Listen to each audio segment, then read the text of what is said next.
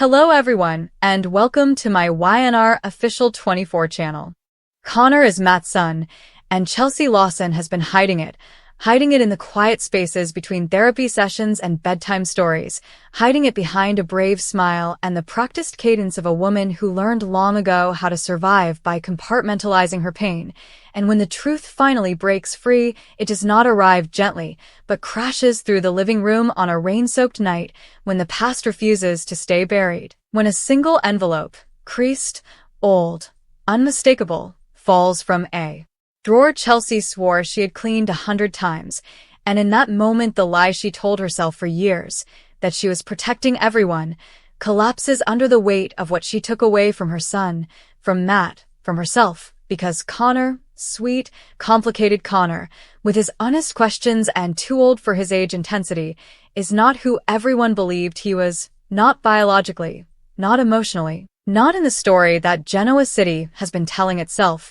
And the revelation doesn't just rewrite a family tree, it rewires hearts, starting with Chelsea, who feels the room tilt as if the floor itself is judging her, who hears Matt's voice in her head, steady, gentle, unassuming, asking questions he never knew to ask, questions she never gave him the chance to ask, and the memory floods back in brutal clarity. The late night, the fear, the uncertainty, the moment she chose silence because silence felt safer than truth. Because truth had teeth then. Because Matt was leaving. Because Adam was chaos. Because Genoa City eats vulnerability for breakfast. And so she lied by omission and called it mercy. She wrapped the secret in maternal instinct and convinced herself that love was enough to compensate for honesty. And for years the lie held, calcified, becoming a structural beam in the house of cards that is life in this town, until the night it doesn't, until Connor, wandering half awake, hears his name spoken in a tone that does not belong to bedtime or comfort, hears Matt say it, Connor, like a prayer and a question at the same time, hears Chelsea's breath hitch in a way it never does when she's pretending everything is fine, and something in him, something intuitive and sharp, knows the universe has shifted, because children always know before adults say the words, and when the confrontation comes it is messy and human and devastating, not a dramatic slap or a glass-shattering scream but a quiet, incredulous stillness as Matt processes the impossible sentence that changes everything. Connor is my son. And Chelsea nods because denial would be another lie, and she has no lies left, and in that nod is every apology she never spoke, every fear she swallowed. Every night she watched her child sleep and wondered how long truth could be postponed without becoming cruelty, and Matt doesn't yell at first. He just stares, because shock has a way of hollowing a person out, because joy and grief can occupy the same body at the same time, because he suddenly sees Connor not as a boy he cared about from a distance, but as flesh of his flesh, as legacy, as possibility, and the realization breaks him open in a way he never expected. Because while Chelsea has been carrying the guilt alone, Matt has been carrying an absence he never knew. Had a name, a missing piece that now rushes back into him with overwhelming force, and the questions come. How long? Why didn't you tell me? Did you ever plan to? And Chelsea answers them all, not perfectly, not defensively, but honestly, because the lie is over and honesty is the only currency left, and she admits she was afraid of destabilizing Connor's world, afraid of Matt's reaction, afraid of Adam's shadow, afraid of herself and her capacity to ruin things she loves, and she says the words that are hardest to say. I thought I was protecting him, and the silence after that sentence is heavy, because everyone in that room understands the tragic irony of protection that wounds, and when Connor finally speaks, when he asks, in that clear, careful voice that slices through adult rationalizations, does that mean Matt is my dad? The question lands like a verdict and Chelsea's eyes fill, and Matt drops to one knee because suddenly he understands what it means to be a father, not in biology alone but in accountability, in presence, in courage. And he says yes if you want me to be, because this town has taught him that blood opens doors but choice keeps them open, and Connor's face changes. Not with instant joy or rage, but with wonder, with the dawning awareness that his life is bigger and stranger and more connected than he thought. And in that moment Genoa City holds its breath, because secrets have a way of radiating outward, because no truth ever stays in one room, and soon Adam senses it. The shift, the tremor in Chelsea's voice. The way Connor looks at Matt like he's cataloging similarities, and Adam, who has lived his entire life in the crosshairs of paternity wars and identity crises, recognizes the scent of upheaval, and when he learns the truth, his reaction is not the explosion everyone expects, but a dangerous stillness, because Adam knows what it's like to be erased, to be lied about, to have your parentage weaponized, and while anger simmers beneath his skin, there is also a strange, painful empathy, because Chelsea's lie mirrors the lies that have defined his own existence, and the collision of those realities forces him to confront something he avoids at all costs,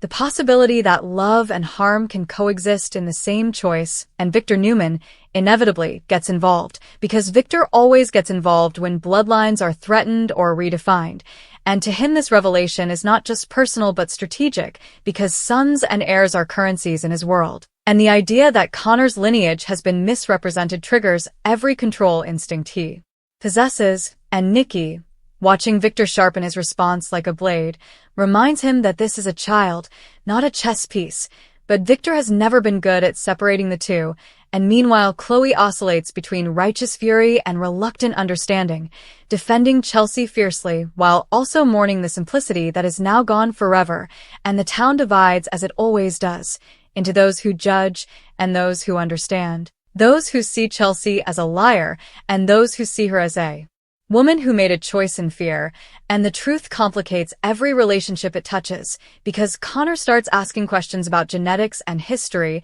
and what it means to belong, because Matt struggles with the time he lost and the instinct to overcompensate, because Chelsea grapples with the realization that confession doesn't erase consequences, it just invites them in, and because love, once tested by truth, must either deepen or fracture, and in the days that follow there are moments of grace. Matt teaching Connor how to fix something simple, Connor laughing in a way that feels freer than before, Chelsea watching from the doorway with equal parts relief and sorrow, and moments of devastation, like when Connor asks why she didn't tell him sooner, and Chelsea has no answer that doesn't sound like an excuse, and so she says I was wrong, and that humility, rare and raw, becomes the foundation of whatever comes next. And Genoa City, addicted to scandal, spins the story into headlines and whispers, but beneath the noise there is something quieter and more profound happening. A family is being redefined in real time,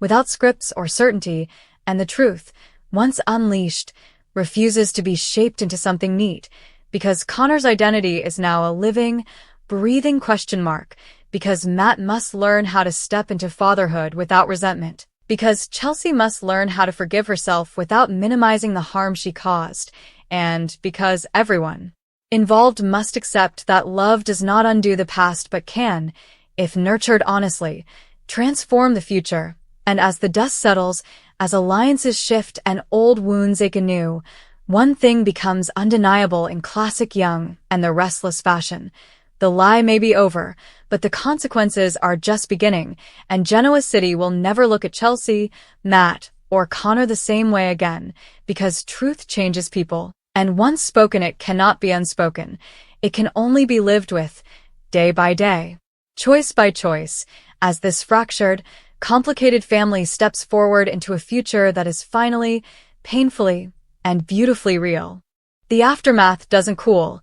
it ferments, because in Genoa City truth is never a full stop, it's a comma, and Connor's newly revealed paternity keeps unfurling consequences that feel both intimate and operatic, starting with the way mornings change in Chelsea's apartment, the way coffee goes cold while she watches Connor watch Matt with that quiet, evaluative curiosity that only children possess, measuring tone and timing, searching for himself in another man's hands and habits, and Matt, acutely aware of every movement he makes, tries not to perform fatherhood like a role he's been rehearsing in secret, tries to be natural and fails, then tries again, because love, it turns out, is not instinctive in the way movies promise but a skill learned through repetition and humility, and Connor notices that too, notices the effort, the patience, The way Matt listens as if each word Connor speaks might be the key to a door he's desperate to open, and Chelsea carries the weight of those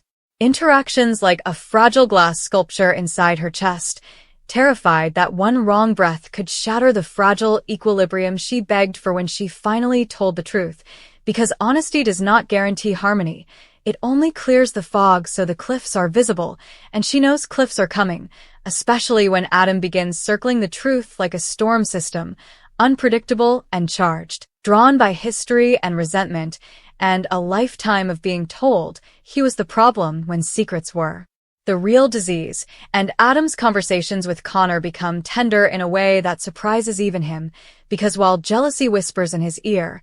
empathy answers back louder, reminding him that Connor didn't ask for any of this, that being the child at the center of adult decisions is a particular kind of loneliness, and Adam, who knows loneliness like a native language, chooses restraint where he once would have chosen war, at least for now, and that choice unsettles Victor more than any outburst would have, because Victor understands fury, he understands power plays and ultimatums, but restraint is harder to predict, and as Victor investigates timelines and motives as he always does, he keeps coming back to the same infuriating conclusion. Chelsea's secret wasn't strategic, it was human, and human motives are the hardest to control, and Nikki, watching her family orbit yet another truth bomb, wonders aloud when Genoa City will learn that secrets corrode from the inside out, that lies told for love are still lies, and that children pay the interest on debts adults accrue, and meanwhile Chloe becomes Chelsea's shield and conscience in equal measure, calling out hypocrisy when whispers turn cruel, reminding anyone who will listen that Chelsea's mental health journey complicates this narrative in ways gossip rarely allows, that fear does not excuse deception but explains it, and that explanation matters if forgiveness is ever going to be more than a word people use to look generous. And forgiveness becomes the quiet theme threading through everything, because Matt wants it, not immediately and not cheaply, but genuinely, because he doesn't want his relationship with Connor to be built on resentment like a foundation of sand, and Chelsea wants it too, desperately, but learns that wanting forgiveness does not entitle her to it on a schedule, that trust, once cracked, requires patience and consistency, and the willingness to sit in discomfort without trying to fix it, and Connor, caught between adults doing their best and still falling short, begins asking questions that are less about biology and more about belonging, asking what makes a family real, asking whether love can be shared without being divided, asking whether he's allowed to feel angry at the same time he feels excited, and every adult in his life answers differently, revealing more about themselves than about the truth. And the differences matter, because Connor is building his own moral map now, one shaped by honesty and its absence. And at school the whispers reach him anyway, because Genoa City has never respected the boundary between public drama and private childhood,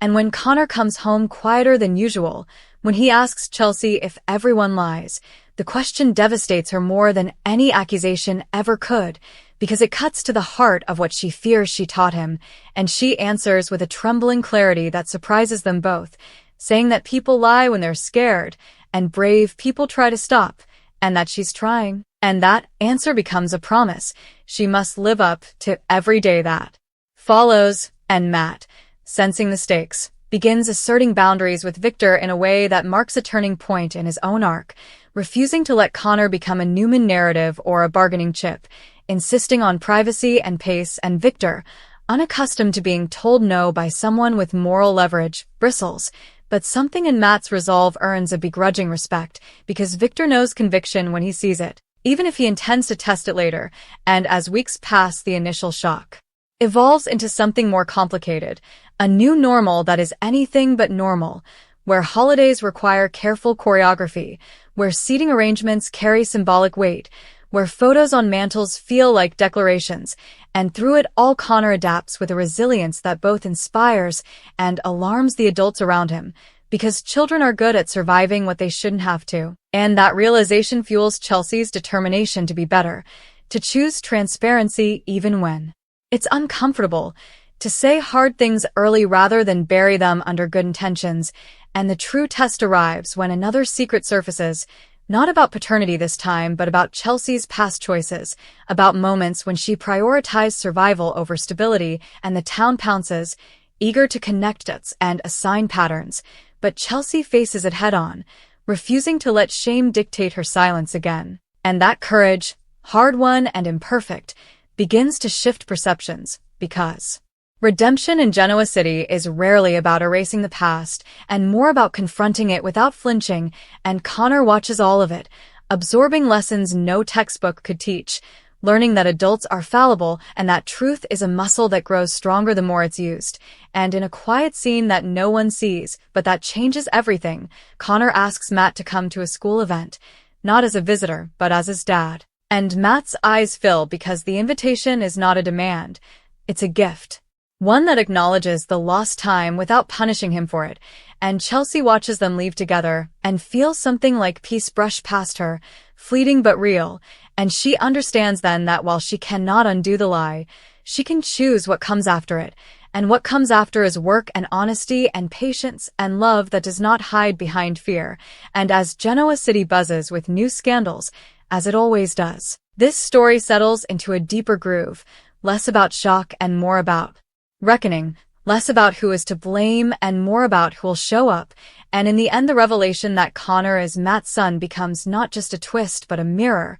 reflecting the town's obsession with lineage back at itself, and asking a harder question in return. What do we owe our children? The truth, even when it scares us, or comfort, even when it costs them later, and the answer, messy and unresolved, unfolds day by day as Connor grows, as Matt learns, as Chelsea heals, and as the echoes of one long-kept secret finally fade into a future that, while still uncertain, is at least honest, and in Genoa City, honesty, once chosen, is nothing short of revolutionary. As the seasons shift and Genoa City moves on to its next crisis with the speed of a town addicted to adrenaline, the reverberations of Connor's truth linger in quieter spaces, in the unspectacular moments where real change takes root, because the aftermath of a lie this big isn't loud forever. It becomes intimate, stitched into routines and reactions, into who shows up and who hesitates, into the way Chelsea flinches before answering even the simplest question, determined now to pause and choose truth instead of reflex, and into the way Matt learns to inhabit fatherhood without demanding gratitude for doing what should have been his role all along, understanding that presence is not something you announce, it's something you earn. And Connor, standing at the center of it all, begins to develop a steadiness that belies his age, a quiet confidence that grows not from certainty, but from being allowed to ask questions without being shut down, and those questions continue, sometimes awkward, sometimes piercing, about family histories and inherited traits and whether love can change shape without breaking, and the adults, humbled by what secrecy costs them, answer more carefully now, aware that every evasion leaves a mark, and Adam, watching this evolution, confronts his own ghosts, recognizing patterns he once swore he'd never repeat, and in choosing restraint with Connor, he begins to reparent himself, learning that breaking cycles is an act of courage, not weakness. And Victor, though still restless and calculating, finds himself strangely sidelined by a story that refuses to be controlled, because no corporate maneuver can rewrite a child's need for truth, and Nikki, ever the moral compass when storms hit, names what others avoid, that this family, however unconventional, is doing the hard work instead of the dramatic work, and that effort matters more than appearances. And Chloe, steadfast as ever, keeps Chelsea honest, calling her out when fear masquerades as protection, reminding her that transparency is not a single confession but a lifestyle, and Chelsea takes that to heart, embracing therapy with renewed commitment, unpacking not just the lie but the survival instincts that made it feel necessary, and that internal work ripples outward, influencing how she parents, how she loves, how she forgives herself on days when guilt threatens to undo her progress. And in one unassuming moment that captures the quiet victory of truth, Connor introduces Matt simply, without hesitation or explanation, as his dad, and no one corrects him, no one questions it, and the ease of that declaration feels like a benediction, a sign that while the path here was flawed and painful, the destination, connection, Honesty, belonging, is real, and as Genoa City watches from the sidelines, some with judgment, some with admiration, the story becomes less about scandal and more about growth. A reminder that even in a town built on secrets, choosing truth can still be radical, and that sometimes the most powerful legacy you leave a child is not a perfect past, but an honest present and the promise of a future where lies are no longer the language of love.